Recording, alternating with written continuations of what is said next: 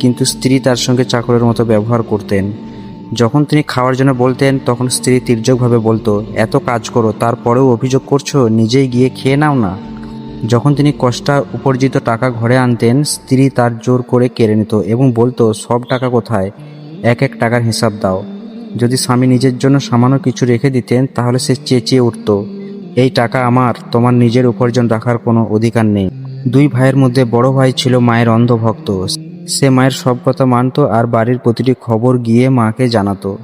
কেউ কিছু বললেই সে দৌড়ে মাকে বলে দিত, আব্বা আজ এটা বলেছে, সাজিদ এমন করেছে, অমুক আত্মীয় এটা বলেছে। এই চাটুকারিতা মা খুব পছন্দ করতেন, তাই বড় ছেলেকে সবচেয়ে বেশি ভালোবাসতেন।